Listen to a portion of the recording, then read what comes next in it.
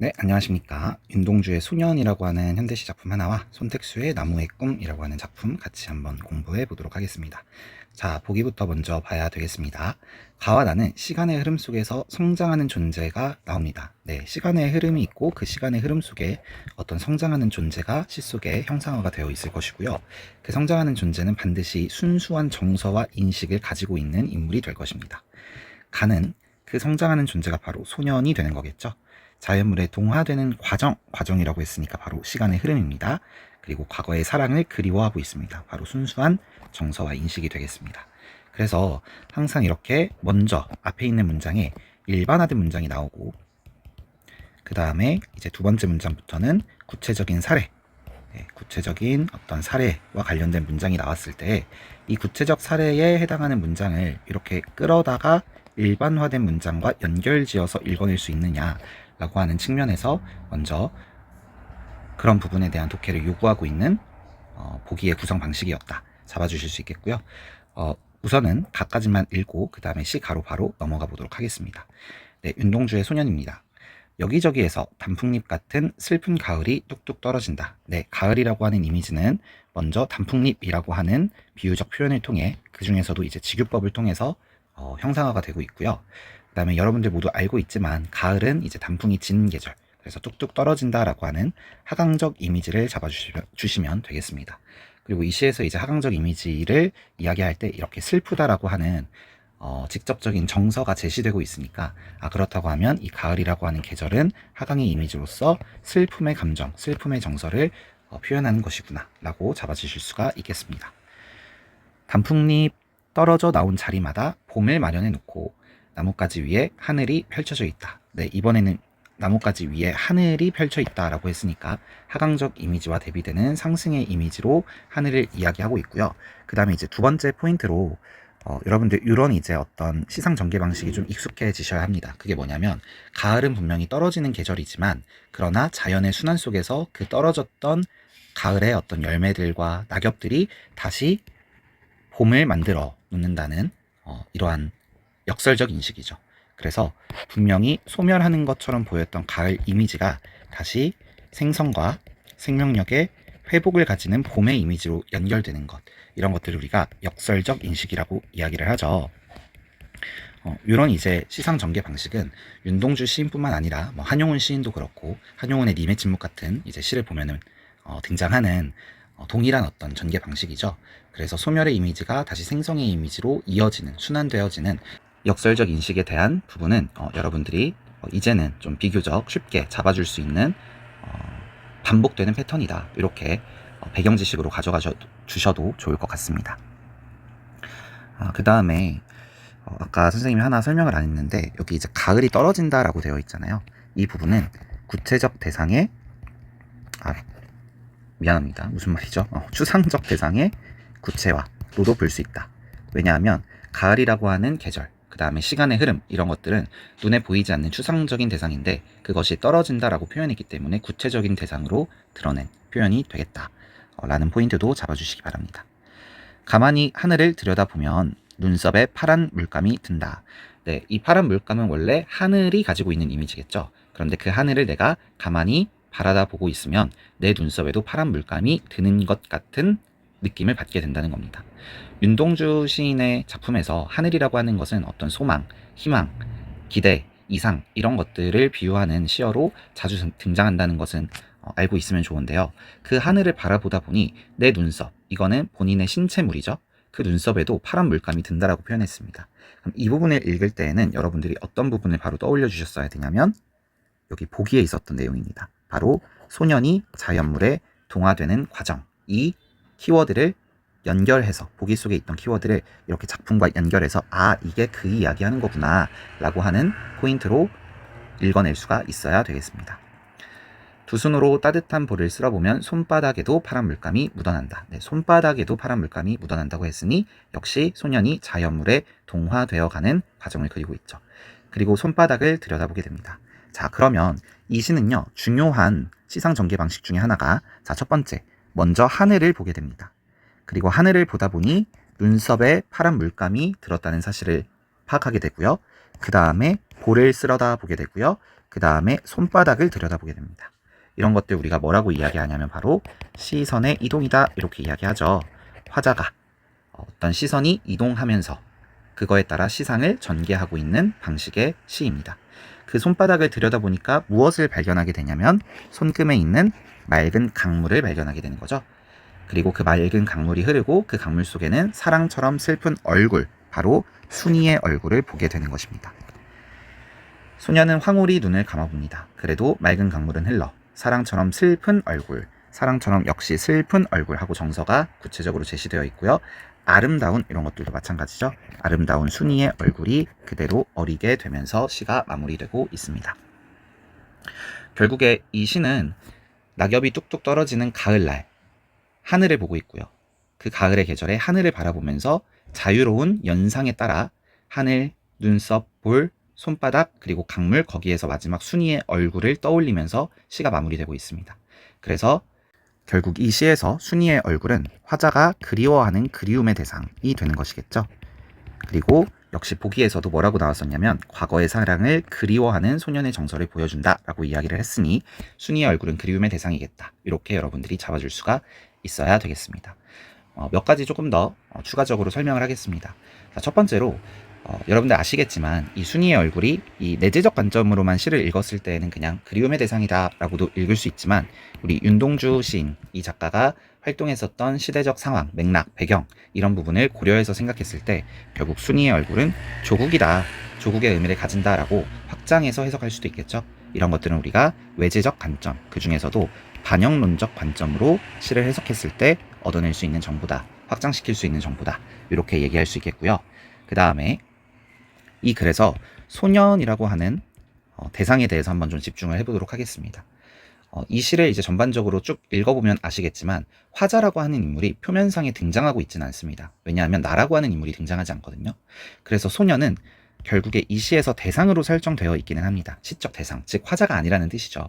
그러나 우리가 이 소년에 대해 뭐라고도 얘기하냐면 화자 자신을 객관화한 대상이다 이렇게도 이야기합니다.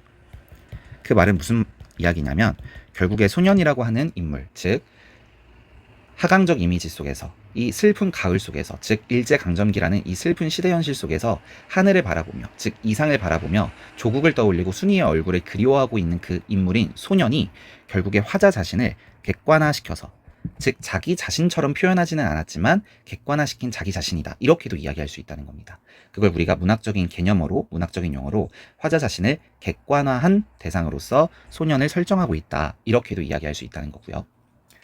그 다음에 또 이 시에서 이제 자주 드러나는 감각적 심상들이 있습니다. 첫 번째로 뭐 단풍잎, 하늘, 파란 물감 이런 것들은 이제 다 시각적 이미지를 활용하고 있는 것이고요. 그 다음에 따뜻한 볼을 씻어보면서 이 따뜻한이라고 하는 표현은 촉각적 심상을 사용하고 있는 것이 되겠죠. 자, 다음 포인트로요. 우리 이 시는 이렇게 이제 니은다로 끝나고 있지 않습니까? 이 종결 어미들을 딱 보면 떨어진다, 펼쳐있다 이런 식으로 사용하고 있기 때문에 시제가 어떻죠? 바로 현재 시제를 통해서 현재 시제를 사용하여 시상을 전개하고 있다 이렇게 얘기할 수 있고요. 그 다음에 이렇게 다로 끝나는 형식을 우리가 산문시라고 이야기도 하죠. 그래서 이 시는 1년으로 구성되어 있는 산문시다, 산문시의 형식을 가지고 있다 이렇게도 이야기할 수가 있겠습니다. 자, 그러면은 우리 한번 문제를 풀어보겠습니다. 43번 문제입니다. 가는 반어적 표현을 통해 시적 긴장을 고조시키고 있다 했는데 가에는 반어법이 나온 적이 없죠. 그래서 1번은 날라가고요. 2번 가와 달리라고 했으니까 가에는 이제 뒤에 나와 있는 표현 특징이 있으면 안 되는 거죠. 동일한 종결어미의 반복이 가에는 있으면 안 되는 겁니다. 근데 동일한 종결어미 반복이 있었죠. 바로 이 니은다라고 하는 현재 시제를 나타내주는 종결어미를 반복했습니다. 떨어진다, 펼쳐 있다, 물감이 든다, 묻어난다 있었기 때문에 달리가 틀렸습니다. 3번 가에는 대상을 의인화하여, 소년을 의인화한 건 아니죠. 소년은 원래 사람입니다. 이제 소년은 화자 자신을 객관화한 대상이다 라고는 이야기할 수 있지만 의인화했다고는 얘기할 수가 없는 거죠. 그 다음에 뭐 하늘이라든지 물감이라든지 이런 부분들도 의인화된 건 아니었었고요. 그 다음에 눈썹에 파란 물감이 든다, 이것도 의인화는 아닙니다. 그죠?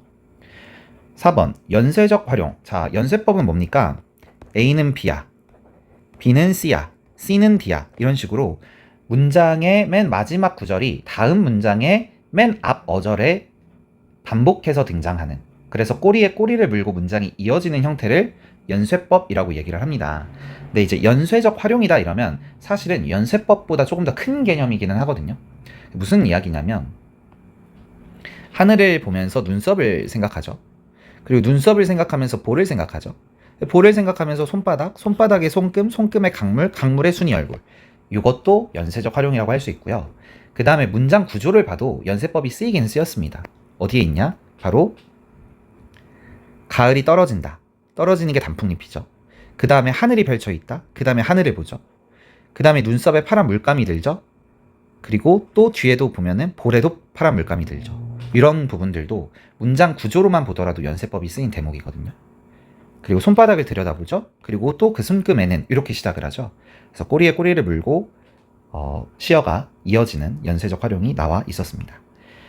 5번, 가에는 시선의 이동을 통해, 네, 시선의 이동은 있다고 볼 수가 있습니다. 그러나 장소가 지닌 의미, 눈썹이 장소인가요? 손금이 장소입니까? 좀 이상하죠. 그래서 장소 부분이 틀렸다. 이렇게 해서 43번은 나를 보지 않고도 정답을 체크할 수 있는 문제였습니다. 44번 문제를 볼게요. 기억은 하늘이었습니다. 하늘은 뚝뚝 떨어지는 가을의 계절, 하강적 이미지를 가지고 있는 가을과 대비해서 상승적 이미지로서 그 하늘을 가만히 바라보고 있으니 하늘의 파란 물감이 나에게도 묻어나 라고 하는 그 동화의 과정을 설명하기 위해서 사용하고 있는 시어였었죠. 그래서 결국에 1번, 소년의 정서를 환기하는 기능을 한다. 자, 여러분, 정서를 환기한다 라고 하는 이 선지가 자주 등장하잖아요. 근데 선생님이 이렇게 말씀을 드릴게요. 자, 어떤 시어가요, 정서를 환기하지 않기가 힘듭니다. 그러니까 정서를 환기한다 라는 선지가 나왔을 때는요, 사실 학생 여러분들이 생각하는 것보다 훨씬 더 넓은 의미, 훨씬 더 포괄적인 의미로 의미를 확장해서 잡아주실 생각을 하셔야 됩니다. 그리고 시 속에 어떤 시어가 있을 때 그 시어가 정서를 환기하지 않을 수가 있을까, 과연? 이 시에서도 가을, 단풍잎, 눈썹, 손바닥, 순이의 얼굴, 이런 주요 시어들 있죠. 모조리 다 정서를 환기하고 있는 시어들입니다. 그리고 하늘은 더더군다나 그렇죠. 하늘을 가만히 바라다보고만 있었을 뿐인데 그 하늘의 물감 색깔이 나에게도 동화되어 가고 있어 라고 하는 논리를 시에서 사용했잖아요. 그러니까 당연히 정서를 환기하는 겁니다. 정서를 환기한다는 건 쉽게 이야기하면 정서를 불러일으킨다 이런 뜻이고, 그게 긍정의 정서가 됐든 부정의 정서가 됐든 상관없습니다. 그냥 그 시어를 통해 뭔가 느꼈어. 소년이 무언가를 느꼈어. 그러면 그냥 무조건 정서 환기인 거거든요. 그래서 1번이 정답이 되는 것이고요. 그래서 2번, 하늘은 소년이 거부하고자 하는 세계. 말이 안 되죠. 3번, 하늘은 소년이 자신의 한계를 인식하는 계기가 된다. 그런 장면, 그런 대목은 나온 적이 없었습니다. 그래서 요 44번 문제도 사실은 나를 읽지 않고도 풀 수 있는 문제였다.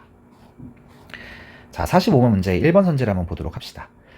파란 물감이 든 눈썹은, 네, 그렇죠. 파란 물감이 눈썹에까지 들어버렸다라고 표현했던 것은 바로 하늘이라고 하는 자연물에 동화되는 것을 감각적으로 표현한 것이죠. 왜냐하면 시각적 이미지를 사용한 것이니까요. 맑은 강물의 어린 얼굴에는 순이에 대한 소년의 그리움, 그렇죠. 그리움이라는 이 정서는 보기에서 확정을 해줬던 거잖아요. 그 다음에 이 시에서 본문에서 확인해 보니까 실제로 맑은 강물에 순이의 얼굴이 어렸었잖아요. 그리고 그 순이의 얼굴이 잊혀지지 않고 계속 떠올랐었잖아요. 그렇다고 한다는 건 순이의 얼굴이 바로 그리움이 투영되어 있는 대상이겠군 이라고 볼 수 있겠고, 이것을 이제 반영론적 관점으로 확대해서 생각을 해보면 순이의 얼굴은 결국 조국을 상징하는 것일 것이다 라고 하는 포인트까지 잡았었습니다. 네, 그럼 45번 문제는 이제 3, 4, 5번 선지를 나를 통해, 시 나를 통해서 파악해야 하는 문제가 되겠네요. 자, 그러면 우리 손택수의 나무의 꿈, 이 나 작품으로 한번 넘어가 보도록 하겠습니다. 자, 그러면은 보기를 먼저 보도록 하겠습니다. 나는 대상이 품을 수 있는 다양한 꿈을 제시하고, 자, 그러면 대상이 누군지는 모르겠지만 바로 요 성장하는 존재가 되는 거겠죠. 이 성장하는 존재가 대상일 것이고, 품을 수 있는 다양한 꿈, 요게 바로 시간의 흐름이겠네요. 그 다음에 꿈을 이루지 못한 상황에서도 대상이 존재 가치가 있다. 존재 가치가 있다는 게 바로 어떤 순수한 정서와 인식이 될 수 있겠죠. 그리고 그것을 역설적으로 보여주고 있다. 또 미래보다 현재 상황과 모습에 주목하는 자세, 미래보다 현재 상황과 모습에 주목하는 자세를 강조하면서 마무리하고 있는 시겠구나 할 수 있겠습니다. 그 다음에 제목은 나무의 꿈이었습니다. 그러면 이 시에서 시적 대상, 바로 나무가 되는 것이겠고, 나무가 꿀 수 있는 다양한 꿈을 제시하면서 그 꿈을 이루지 못했어도 너는 존재 가치가 있는 거야 라고 하는 것을 역설적으로 보여주고 있는 시가 되겠구나 잡을 수가 있겠죠. 자라면 뭐가 되고 싶니? 의자가 되고 싶니? 누군가의 책상이 되고 싶니? 자, 그러면 지금 여기에서 여러분들이 잡아주셨어야 되는 부분은 바로 내가 하는 이야기, 화자가 물어보는 이야기라고 하는 포인트를 잡을 수가 있겠습니다. 그리고 의자가 되고 싶은 거, 책상이 되고 싶은 거, 이런 것들이 바로 나무가 가질 수 있는 꿈이 되겠구나 이렇게 잡을 수가 있겠죠. 그 다음에 나무한테 이렇게 자라면 뭐가 되고 싶니? 라고 물어보는 순간 무엇이 바로 성립되냐면 첫 번째 의인법이 성립되는 겁니다. 바로 나무에 인격을 부여한 것처럼 꿈을 물어보고 있다는 포인트가 첫 번째고요. 그 다음에 두 번째로 청자를 설정했다는 거. 바로 나무에게 물어보고 있죠. 그래서 말을 건네는 방식이다. 이렇게까지 잡아줄 수가 있겠습니다. 밟으면 삐걱 소리가 나는 계단도 있겠지. 네, 청각적 심상을 활용해서 구체적인 이미지를 그려내고 있고요. 계단 역시 나무가 꿀 수 있는 세 번째 꿈이 될 것입니다. 그 계단을 따라 올라가는 다락방, 별빛이 들고 나는 창문들도 있겠구나. 누군가는 그 창문을 통해 바다를 생각할지도 몰라. 바로 창문의 유익함입니다. 나무 네가 창문이 된다면 그 창문을 통해 어떤 다른 사람들은 바다를 그리워하고 생각하게 될 거야. 그리고 또 목선을 그리워하게 될 거야. 역시 창문의 유익함 두 번째입니다. 바다를 보는 게 꿈이라면 배가 되고 싶겠구나. 나무가 꿀 수 있는 꿈 여섯 번째는 바로 배가 되는 것이겠죠. 어쩌면 그 무엇도 되지 못하고 아궁이 속 장작으로 눈을 감을지도 모르지. 자, 요 장작이 이제 굉장히 중요한 포인트였습니다. 바로 보기에서 이 장작을 뭐라고 정의해줬는지를 기억해보세요. 꿈을 이루지 못한 상황입니다. 즉, 장작은 꿈을 이루지 못한 상황이고 이 6개는 나무라고 하는 성장하는 존재가 시간의 흐름 속에서 품을 수 있는 다양한 꿈이 되는 것이겠죠. 그리고 그 꿈을 이루지 못한 상황이 바로 장작이 되는 것입니다. 그러나 그 상황 속에서도 어떻게 하겠다고 이야기를 했어요? 바로 대상에게는 존재 가치가 여전히 있다라는 사실. 그게 바로 뒷부분에 나오게 되겠죠. 잊지 마렴. 한 줌 재가 되었지만 역시 장작과 재는 같은 이미지로 사용하고 있고요. 넌 그때도 하늘을 날고 있는 거야. 바로 존재 가치입니다. 누군가의 몸을 데워주고 난 뒤에 바로 나무가 갖는 희생적 이미지죠. 아이고. 춤을 추듯 직유법이고요. 피어오르는 거야. 역시 나무는 존재 가치를 가지고 있는 것임을 잊지 말라고 뭐 하고 있습니까? 바로 어디 있죠? 뭐뭐 마렴. 바로 권유하고 있는 대목이었습니다. 이렇게 잡아줄 수 있겠습니까? 하지만, 자 여러분, 하지만 나오면은 보통 시상이 전환되죠? 자, 이 시에서는 어떻게 전환되고 있습니까? 바로 이 부분이죠? 미래보다 현재 상황과 모습에 주목하는 거. 여기까지는 다 미래의 이야기를 했다면 이 하지만이라고 하는 대목 이후부터 미래도 좋지만, 즉 이 6가지 꿈도 좋아. 근데 꿈이 아니라 결과적으로 장작과 재가 돼도 좋아. 그런데 걔네들은 어쨌거나 다 미래에 관련된 얘기죠. 그런데 하지만 이후로 어떤 얘기를 하고 싶은 거예요? 지금 이야기를 하고 싶은 거죠. 네 잎사귀를 스치고 가는 저 바람 소리를 들어보렴. 자, 두 번째 권유가 나왔습니다. 첫 번째 권유는 너 장작이 되더라도 존재 가치가 영원한 것임을 잊지 마 라고 권유했다면, 두 번째 권유에서는 근데 미래에 뭐가 돼도 상관없어. 너는 지금 현재가 더 중요해 라고 하는 부분이 나와 있는 것입니다. 너는 지금 바람을 만나고 있구나. 바람의 춤을 따라 흔들리고 있구나. 지금이 바로 너로구나. 여기에서 시상이 집약되고 있습니다. 바로 현재 상황에 나무에게 집중할 것, 그리고 나무가 갖고 있는 현재로서의 의미와 긍정적인 가치, 특별히 이 바람소리라고 하는 것과 교감하고 있는 현재, 그것을 가리키는 표현으로서 뒷부분이 시상이 전개되고 있다. 이렇게 잡아줄 수가 있겠습니다. 자, 43번 문제도 한번 그래도 보겠습니다. 자, 나에는 반어적 표현 나온 적 없었습니다. 그래서 뭐 나와 달리 이 부분은 맞긴 맞네요. 나에는 반어가 안 나왔으니까. 그 다음에 나는 동일한 종결 어미를 반복했다. 뭐뭐 하렴이라고 하는 종결 어미도 반복했고, 그 다음에 뭐가 되고 싶니라고 하는 의문형 종결 어미도 반복했었죠. 나에는 의인화가 있었고요. 그 다음에 나의 연쇄적 활용이 있었나. 연쇄적 활용 어디 있었는지 한번 찾아볼까요? 바로 이 부분이었죠. 계단도 있겠지. 그 계단을 따라 올라가는 다락방. 그 다락방에 창문도 있겠지? 그리고 그 창문을 통해 바다를 생각하겠지? 이 부분이 바로 연쇄적 활용이 들어있는 부분이었습니다. 나에는 시선의 이동 뭐 있었다고 보기는 좀 어렵긴 합니다. 이 부분은 시선의 이동이라기보다는 그냥 나무의 미래, 나무의 꿈을 여러 개 그냥 나열하고 열거하는 대목이었고, 어떤 화자가 진짜 시선을 이동해 가면서 쓴 시다 이렇게 보기는 어렵고요. 그 다음에 무엇보다 더 틀린 거는 장소가 지닌 의미. 여기에서도 뭐 바다가 갖는 의미 정도는 있을 수 있겠네요. 그죠? 그런데 이제 그 장소가 지닌 의미를 다양하게 제시했다라고 하는 선지가 너무 틀렸기 때문에 답을 고르는 것은 쉽게 할 수 있었을 겁니다. 자, 4번, 5번 선지도 한번 봅시다. 바다는 너가 처한 긍정적 상황을 드러내는 역할을 한다. 뭐 나무가 처한 긍정적 상황이 바다라고 하는 시어를 통해 드러나는 게 아니고요. 나무가 만약에 바다를 보고 사는 게 꿈이라면 아, 배가 되고 싶을지도 모르겠구나 라고 그냥 이야기하는 대목이었잖아요. 네, 그래서 좀 어색한 선지였고요.